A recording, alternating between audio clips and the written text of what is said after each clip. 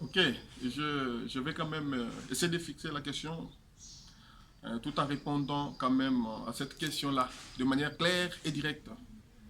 Le Seigneur Jésus-Christ, lui-même Dieu dans la chair humaine, est venu sur la terre et il a exercé son ministère pendant 3 ans et demi. Juste 3 ans et demi, c'était suffisant pour lui pour placer l'ordre dans l'Église. Parce que nous voyons qu'après la Pentecôte, on n'est pas parti chercher le pasteur ailleurs, non. Parce que le pasteur était déjà là, l'apôtre Pierre. L'apôtre Pierre a été choisi pasteur sur révélation de qui est le Seigneur Jésus-Christ. Nous voyons l'ordre dans l'Église. Mais ce que nous sommes en train d'assister aujourd'hui, euh, je suis tenu. Je suis tenu à l'obligation de redevabilité. Parce que Frère Branham m'a dit, on vous posera la question, qu'avez-vous fait de ce que vous compreniez du message? Qu'avez-vous fait? Parce que mes amis, ce que nous voyons aujourd'hui au sein de l'Église, mais c'est un problème. La succession pastorale de père en fils. Donc, vous trouvez quelqu'un qui a œuvré pendant 40 ans de ministère et il ne trouve que son fils pour le remplacer ou pour l'assister. Donc, pendant 40 ans, il y a 2 ministres dans ton église qui ont reçu le Saint-Esprit, mais en qui tu n'as pas eu confiance. Et il n'y a que ton fils qui mérite ta confiance pour te remplacer comme pasteur ou pour t'assister. Et aujourd'hui, c'est ça. Nous nous préparons tous à ça. Vous allez vous dire, mais tu es en train de dire ça parce que toi, tu n'as pas d'enfant. Écoutez, j'ai un fils et je crois que ce sera un grand serviteur de Dieu. S'il y aura un lendemain, si le Seigneur Jésus traînait encore. Mais je n'estime pas qu'il doit seulement m'assister moi. Qu'il doit être le remplaçant. Non, l'église n'est pas un royaume. Surtout cette église du message du temps de la fin, qui est appelée à sortir hors d'eux. Mais nous voyons, nous sommes dans un système que d'aucuns appellent, c'était une sagesse, c'était... Non!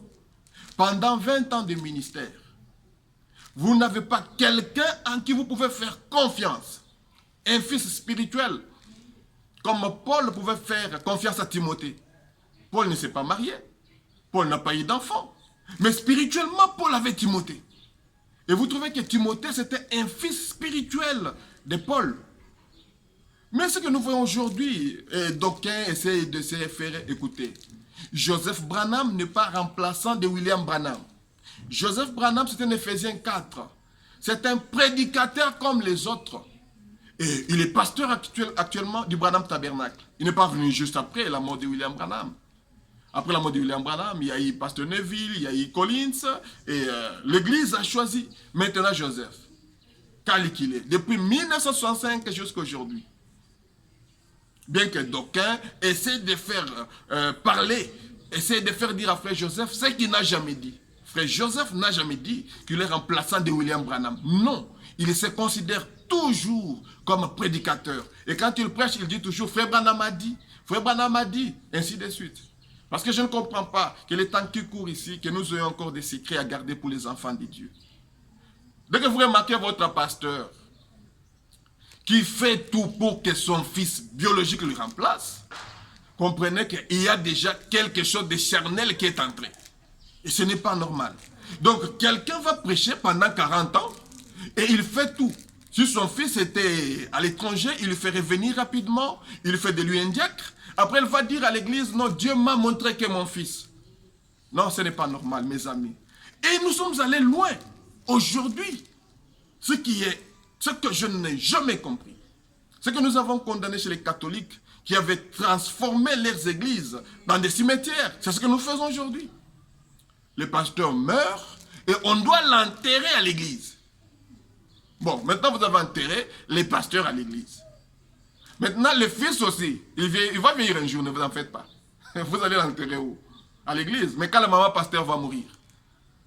Donc, nous avons transformé l'église dans un cimetière. Mes amis, retournons à la parole. Parce que quelqu'un, quand un homme appelé de Dieu, rempli du Saint-Esprit, n'arrive pas à produire un fruit que lui-même va croire. Parce qu'il a prêché pendant 20 ans, pendant 30 ans, pendant 40 ans. Et il n'a pas eu un fils spirituel en qui faire confiance si ce n'est en son fils biologique. Et vous, vous êtes là pour dire non, c'était la sagesse. Non, il n'y a rien, c'est charnel, c'est charnel, c'est charnel. Ce n'était pas ça l'objectif de l'église.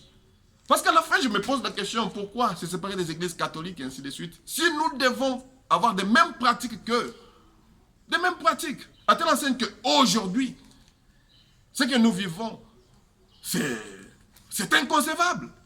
Donc chaque pasteur est en train de préparer son fils pour le remplacer. Pourquoi ne pas préparer les fils spirituels? Spirituellement par là, tu prépares ton fils spirituel en qui tu trouves que non, ce fils ici, en tout cas lui a mieux grandi que les autres. C'est toujours ton fils biologique. Non, mes amis. Je crois qu'avec les temps qui courent, il n'y a plus rien à cacher dans les messages du temps de la fin. Jésus revient bientôt. Dès que vous voyez quelque chose comme ça se passer dans votre église, mais ouvrez l'œil. Ouvrez l'œil, ce n'est pas normal. Et vous, vous êtes là figé, non, en tout cas, c'est le fils du pasteur, c'est vrai. Frère Branham me dit, si vous m'aimez, aimez mes enfants. Nous les aimons bien. D'accord? Vous devez aimer aussi la femme du pasteur. Mais dès que vous trouvez que le remplaçant du pasteur n'est que son fils, non, là l'église est transformée dans un pouvoir coutumier, un pouvoir traditionnel. À telle enseigne qu'aujourd'hui l'église est pauvre. L'église est pauvre, mais le pasteur est très riche. Parce que l'église c'est une personne morale. Il a une personnalité juridique. Mais tous les biens de l'église ne reviennent jamais au nom de l'église. Soit nous voulons servir le Seigneur, soit nous voulons autre chose. Aujourd'hui, ne te laisse pas distraire. Là où tu trouves que ces pratiques sont déjà entrées parce que les gens s'écartent de la vision de William Branham. William Branham était venu pour la relation entre l'homme et Dieu. Ce n'était pas pour une succession, donc l'église devient l'empire ou un royaume. Quand le papa meurt, c'est le fils qui doit revenir. Et non, mes amis, en cela, je ne vais pas dire que le fils du pasteur ne peut pas prêcher. Non. Moi, mon fils, je crois que c'est un serviteur de Dieu et qu'il apportera l'évangile.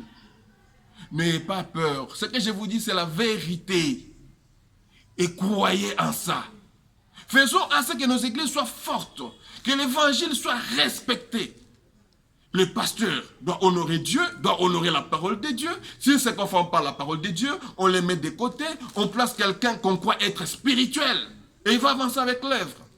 Mais aujourd'hui, ce n'est pas ça. Aujourd'hui, il faut laisser. Et aujourd'hui, il y a des enfants de Dieu qui ont pratiquement séché les églises pour ces pratiques-là.